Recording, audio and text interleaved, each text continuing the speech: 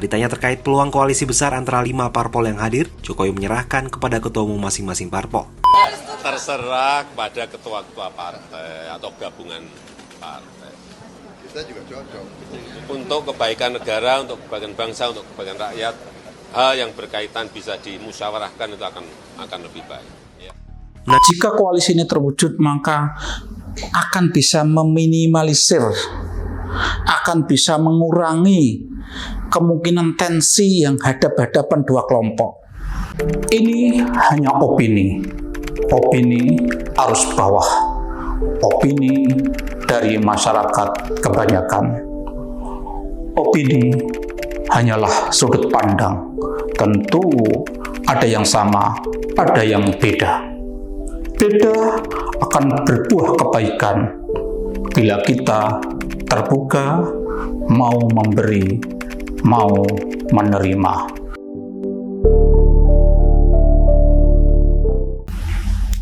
Assalamualaikum warahmatullahi wabarakatuh. Jumpa lagi dengan saya, Ahmad Zaini dari N3 TV. Inspiratif, mencerdaskan, menyejukkan.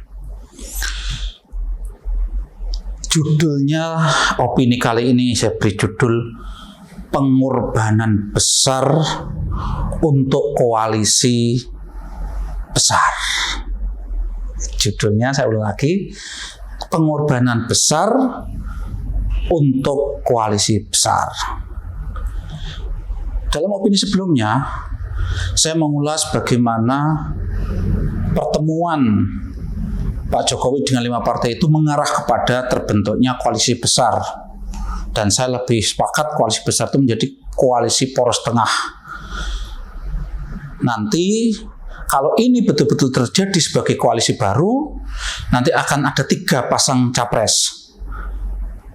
Dari PDIP, karena PDIP bisa mengajukan sendiri, dari poros tengah ini atau koalisi besar ini yang terdiri dari Golkar, PKB, PAN, P3, dan Gerindra.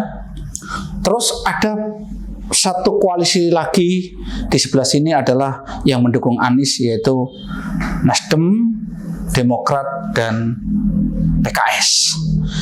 Saya terus terang sangat mendorong, sangat berharap koalisi ini terwujud. Karena apa? Sudah saya ungkapkan dalam opini sebelumnya, jika koalisi ini terwujud, maka akan bisa meminimalisir, akan bisa mengurangi kemungkinan tensi yang hadap-hadapan dua kelompok. Yang kita khawatirkan bersama-sama ketika dua kelompok itu terus membuat identifikasi, yang satu mengidentifikasi sebagai kelompok Islam, yang satu non-Islam. Seperti tahun 2019 dulu. Itu bahaya betul. Nah, untuk menghindari itu, menurut saya berharap para politisi, para pimpinan partai itu mengupayakan ada 3 pasang.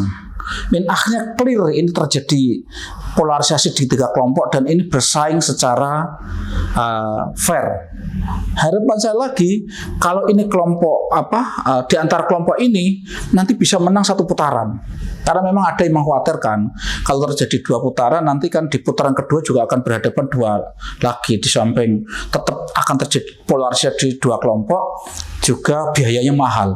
Tapi menurut saya kalau di putaran pertama 3 calon itu cair, tidak terlalu mengkristal menjadi 2 kelompok yang seakan-akan menjadi air dan minyak, ini saya yakin sudah lebih cair daripada sejak awal memang 2. Saya sudah menyebutkan di opini sebelumnya, selama ini itu kan meskipun Ganjar itu belum resmi dicalonkan dari PDIP, itu kan seakan-akan selama ini kan sudah gontok-gontokan, sudah saling serang antara orang yang mendukung dan menginginkan Ganjar jadi calon presiden dan orang yang menginginkan Anies jadi calon presiden. Itu kan sudah, ini kan bahaya.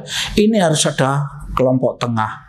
Nah, kelompok tengah ini kemarin sudah ada embrionya dengan pertemuan di kantor DPP PAN yang didatangi juga, yang secara gak langsung direstui juga oleh Presiden Jokowi. Kayaknya kalau ini diteruskan kelihatan memang PDI nanti akan berjalan sendiri, dan menurut saya menarik. Cuma catatan yang harus sejak awal dipikirkan adalah untuk mewujudkan koalisi besar ini dibutuhkan pengorbanan yang besar juga. Ini loh, saya berharap para politisi yang di 5 kelompok ini, di 5 partai ini bersikap dewasa, bersikap negarawan, bersikap negarawan untuk mau berkorban ego masing-masing, ego sektoral masing-masing partai untuk demi terwujudnya koalisi besar tadi. Pengorbanan pertama, soal calon presiden, jelas siapa yang akan jadi calon presidennya. Selama ini ketika koalisi itu sudah terjadi antara Gerindra dan PKB, itu kan hampir seperti sudah mendekati kepastian bahwa ya calon presidennya, wakilnya ya antara Caimin atau Gus Muhaimin dengan Prabowo. Soal posisinya siapa jadi presiden, soal jadi wakil kan ya hampir mendekati juga bahwa Prabowo presidennya, Caimin wakilnya. Terus di yang 3, P3, PAN dan P3, PAN, P3 dan Golkar itu memang belum ada. Tapi masing-masing awalnya kan kayak Erlangga sendiri kan juga juga menginginkan. Tapi kelihatannya kan dari survei-survei memang tidak terlalu besar. Sehingga nanti kalau memang ini terjadi koalisi besar ini, maka pengorbanan mungkin yang akan diperlukan adalah apakah tetap Prabowo calonnya seandainya.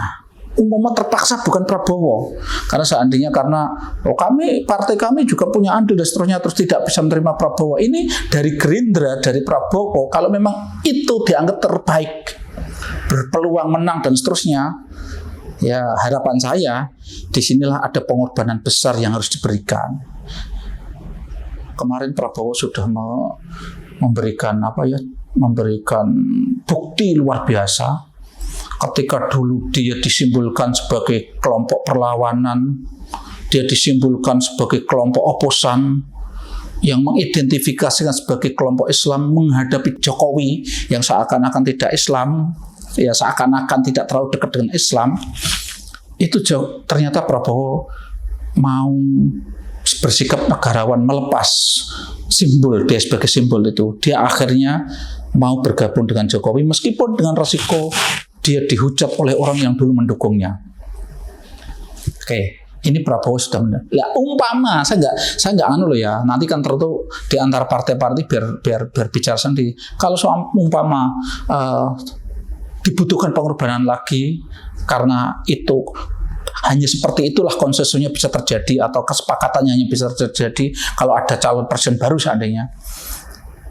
Ini ya saya berharap betul Prabowo bisa menunjukkan untuk kesekian kalinya sikap negarawanannya, sikap sebagai seorang negarawan yang mau berkorban untuk kepentingan bersama. Kemudian pengorbanan yang kemudian ini berat juga ini PKB. Gus Muhaimin atau Caimin itu istilahnya melakukan upaya-upaya untuk menjadi calon presiden atau wakil presiden yang merepresentasikan mewakili santri, karena dia menyebut dirinya sebagai panglima santri, itu udah lama sekali. Dan ketika berembuk dan mengarah koalisi dengan Gerindra, 2 partai itu kelihatannya PKB sangat aktif juga gitu. Artinya upaya untuk menjadikan Muhaimin sebagai presiden atau wakil presiden itu kuat sekali. Nah, ini kalau sampai terjadi ini dan Muhaimin dibutuhkan pengorbanan, nanti saya juga nggak bisa membayangkan. Karena kalau seandainya koalisi besar ini terjadi dan entah mungkin calon presiden Prabowo terus Muhaimin akan jadi wakil, itu kelihatannya menurut kalkulasi saya berat. Karena apa? Golkar mungkin jumlahnya lebih besar daripada PKB. Apakah mau gitu? Maka intinya di konten kali ini, satu, saya itu memang sangat berharap ya demi kebaikan bangsa ini, demi terjaminnya keamanan di negara ini pada waktu nanti Pilpres 2024, demi tidak munculnya kegaduhan yang akan berakibat buruk kepada kita sebagai bangsa.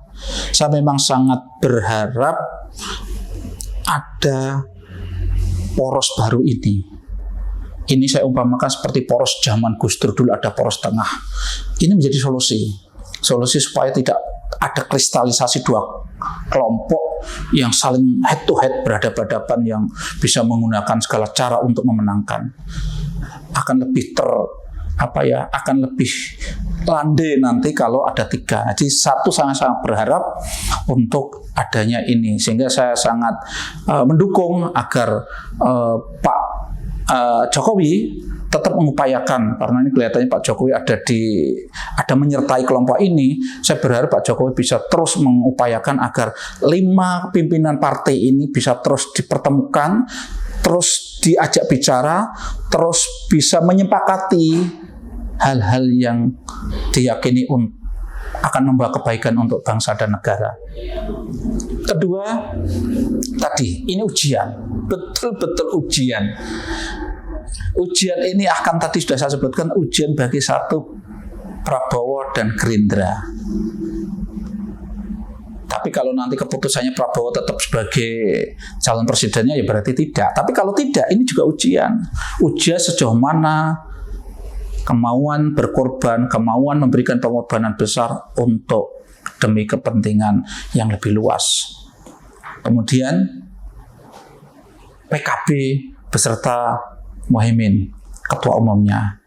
Ini juga butuh pengorbanan yang luar biasa kalau memang terpaksa harus tidak jadi presiden atau wakil presiden, karena ini persiapannya sudah lama sekali. Untuk menjelaskan ke konstituennya juga nggak gampang. Tapi kalau memang itu terpaksa diperlukan, tadi menurut saya memang ini butuh pengorbanan besar. Oke, saya pikir itu. Jadi saya ingin betul semoga ke depan pemilu 2024 ini berjalan dengan damai, tidak lagi terjadi polarisasi yang ngeri seperti tahun 2019, sehingga nanti kita itu menyaksikan calon presiden itu bersaing, berkompetisi secara fair, secara sehat, dengan menunjukkan prestasinya, menunjukkan komitmennya, sehingga rakyat itu yakin bahwa dia adalah calon pemimpin Indonesia yang baik. Karena 2 tahun memimpin Indonesia ini, kalau menurut saya Pak Jokowi telah memimpin dengan baik. Banyak prestasi yang telah diukir. Harapan saya orang yang melanjutkan nanti adalah orang yang bisa meneruskan pembangunan yang telah dirintis oleh periode ini. Terus kemudian yang penting lagi adalah bahwa pemilu itu nanti menghasilkan pemimpin yang tadi ya, kemampuannya memimpin itu betul-betul teruji. Jadi bukan karena dia bisa menang karena mengidentifikasi sebagai seakan mewakili kelompok ini, tidak. Tapi dia adalah memang sosok yang terbaik, yang memang melayak mewakili semuanya, menjadi pemimpin untuk semuanya, sehingga negara ini akan masa-masa mendatang akan lebih maju lagi dan lebih maju lagi. Semoga harapan saya tadi bisa terwujud. Assalamualaikum warahmatullahi wabarakatuh.